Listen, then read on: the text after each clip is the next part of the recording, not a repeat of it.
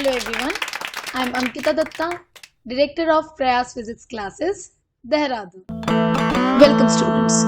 In today's video, we will be learning to derive an expression for torque acting on a dipole when it is placed in a uniform external electric field. So, मैंने यहाँ पर already आप लोगों के लिए जो required diagram है वो बना रखा है. ऑलराइट, जैसे कि आप देख सकते हैं कि यहाँ पर हमारे पास एक -q एंड +q चार्ज है जिनके बीच का सेपरेशन जो है वो है हमारा 2a. ऑलराइट, एंड यही हमारा डाइपोल है. साथ के साथ हमें ये भी पता है कि डाइपोल से एसोसिएटेड हमारे पास डाइपोल मोमेंट वेक्टर होता है जिसका डायरेक्शन होता है from negative charge towards the positive charge, जिसे मैंने p वेक्टर से शो करा हुआ है ना. एंड यहां पर ये जो E वेक्टर है ये हमारा यूनिफॉर्म एक्सटर्नल इलेक्ट्रिक फील्ड है एंड जो P वेक्टर है वो हमारा एंगल थीटा बना रहा है with the external field. So यहां पर जो हमारा पॉजिटिव Q चार्ज है ना, इस पे इस एक्सटर्नल फील्ड की वजह से फोर्स एक्ट करेगा in the direction of electric field. So यहां पर आप देख सकते हैं कि +q चार्ज पर जिस डायरेक्शन में इलेक्ट्रिक फील्ड है उसी डायरेक्शन में हमारा फोर्स एक्ट कर रहा है. ऑलराइट, एंड ये जो आपका -q चार्ज है, क्योंकि ये आपका नेगेटिव चार्ज है, तो इस पर जो फोर्स का डायरेक्शन होगा due to external electric field, ये इलेक्ट्रिक फील्ड के उल्टे डायरेक्शन में एक्ट कर रहा है. यहां पर आप देख सकते हैं +q और -q दोनों चार्जेस पर फोर्स का जो मैग्नीट्यूड है वो सेम है बट डायरेक्शन जो है वो ऑपोजिट है. सो यहां पर 1 मार्क्स का एक क्वेश्चन पूछा जा सकता है आपको कि what is the net force acting on a dipole when placed in a uniform external electric field. तो जब हम किसी भी डाइपोल को यूनिफॉर्म एक्सटर्नल इलेक्ट्रिक फील्ड में रखते हैं तब उसके ऊपर जो नेट फोर्स है वो आपका 0 होता है. ऑलराइट, सो जो भी मैंने आपको एक्सप्लेन करा था उसे मैंने यहाँ पर लैंग्वेज में लिख दिया है एंड आपको भी जो है जब ये डेरिवेशन पूछा जाएगा बोर्ड्स में ठीक इसी तरीके से लिखना होगा. सो यहाँ पर आप लोग स्क्रीन को पॉज कर लीजिए एंड इसे नोट डाउन कर लें. सो अब हम लोग कैलकुलेशन की तरफ बढ़ते हैं, है ना. हमारे को निकालना है यहाँ पे torque acting on the dipole. यहाँ पर हम देख सकते हैं कि इस डाइपोल पे नेट फोर्स जो है वो तो 0 है क्योंकि एक फोर्स एक्ट कर रहा है आपका +QE टुवर्ड्स राइट और एक फोर्स एक्ट कर रहा है QE टुवर्ड्स लेफ्ट, है ना.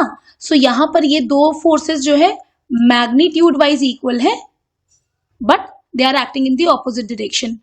सो जब हमारा नेट फोर्स 0 एक्ट कर रहा है बस बट इन फोर्सेस के वजह से टॉर्क आ रहा है, तो ऐसे केस को जो है हम कपल कहते हैं. ऑलराइट, एंड यहाँ पर हमारा मैग्नीट्यूड ऑफ टॉर्क हो जाएगा मैग्नीट्यूड ऑफ द फोर्स ले लेंगे विच इज QE. साथ के साथ इन दोनों फोर्सेस के बीच का हमारे को परपेंडिकुलर डिस्टेंस चाहिए. अब जो है अगर हमारे को इन दोनों फोर्सेस के बीच का परपेंडिकुलर डिस्टेंस चाहिए तो हम क्या करेंगे, ये QE के लाइन ऑफ एक्शन को मैंने यहाँ पर पिंक डॉटेड लाइन से एक्सटेंड कर दिया है. साथ के साथ ये जो आपका नेगेटिव चार्ज पर जो QE फोर्स एक्ट कर रहा है इस फोर्स के भी लाइन ऑफ एक्शन को मैंने डॉटेड लाइन से एक्सटेंड कर दिया है. ठीक है.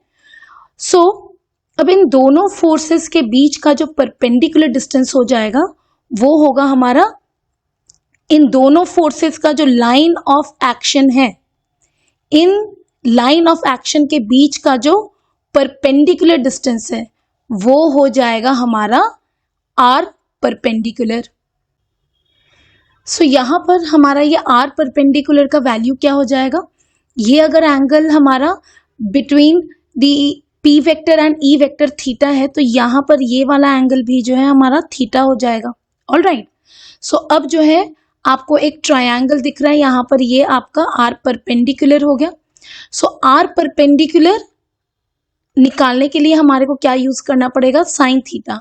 बेसिकली यहाँ पर मैं आपको बता देती हूँ कैलकुलेशन करके दैट साइन थीटा जो है वो हो जाएगा हमारा R perpendicular divided by the hypotenuse, and यहां पर हमारा हाइपोटेन्यूज हो जाएगा 2a। सो ये हो गया हमारा 2a। सो यहां पर से हमारे पास आर परपेंडिकुलर आ जाएगा 2a साइन थीटा, है ना। सो इस एक्सप्रेशन को जो है हम लोग यूज करने वाले हैं अपने डेरिवेशन में। So magnitude of torque,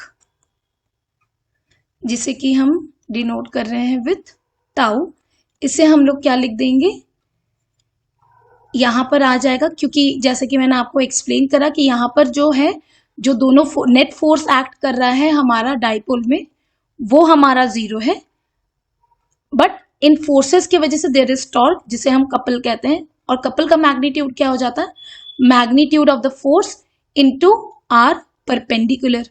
and tau को हम लोग फर्दर क्या लिख सकते हैं, आर परपेंडिकुलर हमने ऑलरेडी देख लिया है, वो हो जाएगा हमारा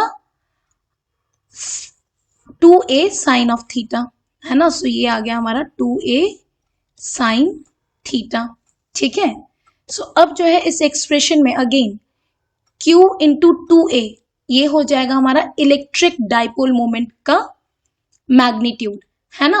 सो यहां पर हम क्या लिख देंगे, tau is equal to q into 2a के बदले में लिख देंगे हम लोग p e sine theta.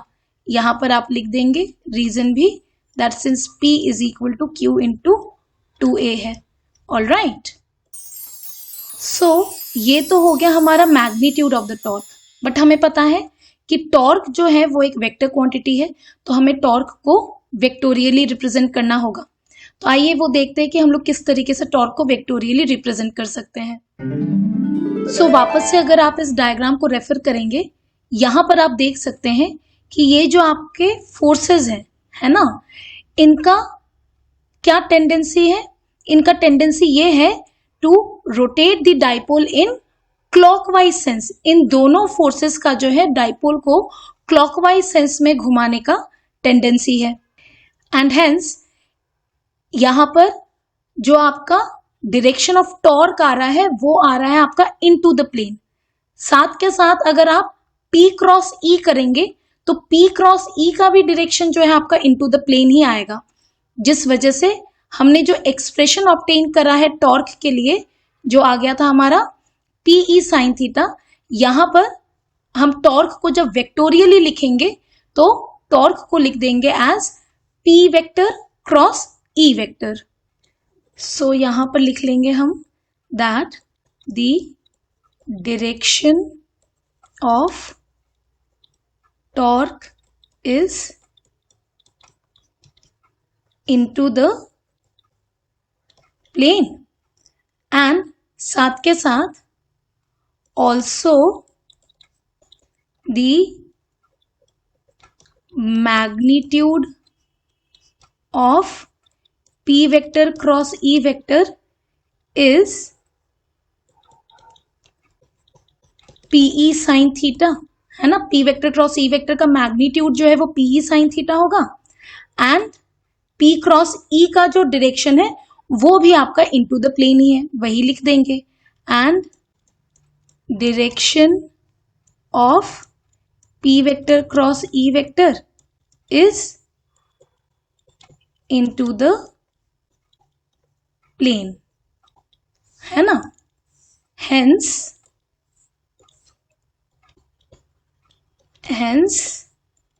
Tau vector आ जाएगा हमारा P vector cross E vector, and इसी के साथ जो है हमारा ये डेरिवेशन यहां पर कंप्लीट होता है।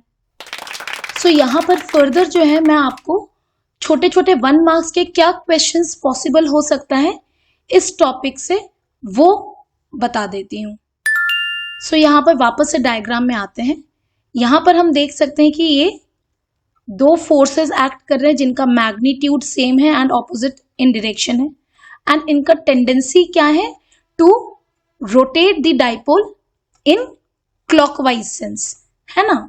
सो बेसिकली इस टॉर्क का टेंडेंसी क्या है, to align the dipole moment vector along its along the direction of the external electric field.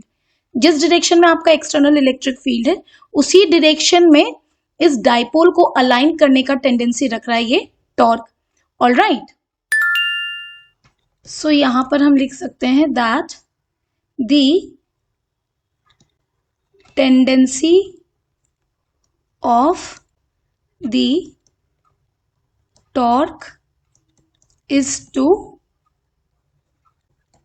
align the dipole in the direction of the external electric field. All right, and साथ के साथ when P vector is aligned along E vector, तब जो है torque हमारा 0 हो जाएगा. The torque is 0. All right. So यहाँ पर मैंने आपको डायग्राम में भी शो कर दिया है ना. So यहाँ पर आप देख सकते हैं कि P वेक्टर जो है एक्सटर्नल इलेक्ट्रिक फील्ड के अलोंग ही अलाइंड है, यानी कि यहां पर जो है थीटा जो है वो आ गया आपका 0 डिग्री. सो टॉर्क का जो मैग्नीट्यूड है वो है हमारा पीई साइन थीटा. सो यहां पर ये आ जाएगा पीई साइन 0 डिग्री जो कि आपका आ जाएगा 0. एंड यहां पर आप देख भी सकते हैं कि ये जो दो फोर्सेस है क्यूई, यहां पर भी आपका डाइपोल पे इक्वल मैग्नीट्यूड का फोर्स एक्ट कर रहा है इन द ऑपोजिट डायरेक्शन. लेकिन आप यहां पर देख सकते हैं कि इनके वजह से ये डाइपोल मोमेंट फिलहाल घूमने का टेंडेंसी नहीं रख रहा है, यानी कि इन फोर्सेस के वजह से यहां पर कोई भी टॉर्क एक्ट नहीं कर रहा है. ऑलराइट, सेकेंडली आपको यहां पर इस टॉपिक से रिलेटेड एक और क्वेश्चन ये पूछा जा सकता है कि what happens if the external field is not uniform, है ना. If we place the dipole in a non uniform external field, तब क्या होगा, ये भी आपसे पूछा जा सकता है. सो इस तरीके से अगर आपको क्वेश्चन दिया जाता है कि अगर फील्ड नॉन यूनिफॉर्म है तो उस केस में क्या होगा. सो इन दैट केस एक बात तो क्लियर है कि हमारा नेट फोर्स 0 नहीं होगा. तो सबसे पहले उसे लिख लेते हैं that in this case net force acting on the dipole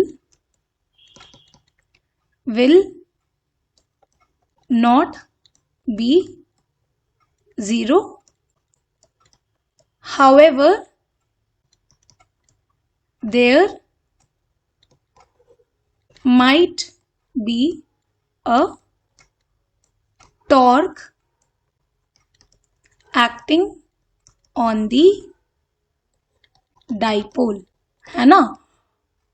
net force तो हमारा डेफिनेटली 0 नहीं होगा, टॉर्क जो है वो हमारा 0 हो भी सकता है, नहीं भी हो सकता है. सो लेट अस से कि हमारे पास यहाँ पर एक डाइपोल है जो कि प्लेस्ड है in non uniform external field, और जो आपका इलेक्ट्रिक फील्ड का स्ट्रेंथ है वो टुवर्ड्स राइट, जैसे जैसे हम बढ़ रहे हैं इलेक्ट्रिक फील्ड का स्ट्रेंथ बढ़ता जा रहा है. All right, and electric field जो है वो भी आपका टुवर्ड्स राइट ही है. ठीक है. सो ऐसे में जो आपका फोर्स एक्ट करेगा ऑन प्लस क्यू चार्ज वो हो जाएगा along the direction of electric field. मैंने आपसे बताया कि इलेक्ट्रिक फील्ड जो है राइट की तरफ जैसे जैसे बढ़ेंगे वैसे वैसे इलेक्ट्रिक फील्ड का स्ट्रेंथ बढ़ेगा, एंड साथ ही इलेक्ट्रिक फील्ड का डायरेक्शन भी जो है वो टुवर्ड्स राइट है. तो प्लस क्यू के ऊपर जो फोर्स एक्ट करेगा वो हो जाएगा हमारा टुवर्ड्स राइट, है ना. एंड माइनस क्यू के ऊपर जो फोर्स एक्ट करेगा वो हमारा फील्ड के उल्टे डायरेक्शन में एक्ट करेगा, है ना. सो यहाँ पर जो है फील्ड के उल्टे डायरेक्शन में, फील्ड का डायरेक्शन टुवर्ड्स राइट अगर है तो force acting on minus Q charge जो है वो टुवर्ड्स लेफ्ट होगा. साथ ही जो magnitude of force acting on minus Q है वो हमारा छोटा होगा, क्योंकि इलेक्ट्रिक फील्ड का जो स्ट्रेंथ है वो आपका टुवर्ड्स लेफ्ट कम है, एंड राइट की तरफ इलेक्ट्रिक फील्ड का स्ट्रेंथ ज्यादा है। सो यहाँ पर जो है हम देख सकते हैं कि डाइपोल के ऊपर जो नेट फोर्स है वो हो जाएगा टुवर्ड्स राइट, है ना। हाउएवर ये जो दोनों फोर्सेस हैं ये इस डाइपोल को घुमाने का टेंडेंसी नहीं रखता। सो इस केस में आपका टॉर्क जो है वो 0 हो जाएगा। एंड यही रीजन है कि मैंने यहां पर लिखा है कि टॉर्क जो है वो आपका 0 हो भी सकता है या फिर नहीं भी हो सकता है। However there might be a torque acting on the dipole, जरूरी नहीं है कि टॉर्क एक्ट करेगा ही, लेकिन आपका नेट फोर्स जो है वो डेफिनेटली 0 एक्ट करेगा। All right, in short P vector अगर आपका इलेक्ट्रिक फील्ड के डायरेक्शन के अलोंग है तब आपका नेट टॉर्क विल बी 0। साथ के साथ अगर ये आपका पी वेक्टर पलट जाता है ना, यानी कि जहां पर माइनस क्यू है वहां पर प्लस क्यू आ जाता और जहां पर प्लस क्यू है वहां पर माइनस क्यू आ जाता, तो फोर्सेस के डायरेक्शन पलट जाते, लेकिन टॉर्क इन दैट केस भी आपका 0 ही होता। ठीक है, सो यहां पर जो है हम क्या लिख लेंगे, that if P vector is parallel or anti-parallel to E vector, then the net torque is 0, but there is a net force acting on the dipole if electric field is not uniform। All right, so इसी के साथ जो है हमारा ये topic खत्म होता है। आई होप कि ये टॉपिक आपको अच्छे से समझ में आया होगा। अगर कहीं पर भी कोई दिक्कत आती है then please feel free to contact me. Until then bye bye and take care.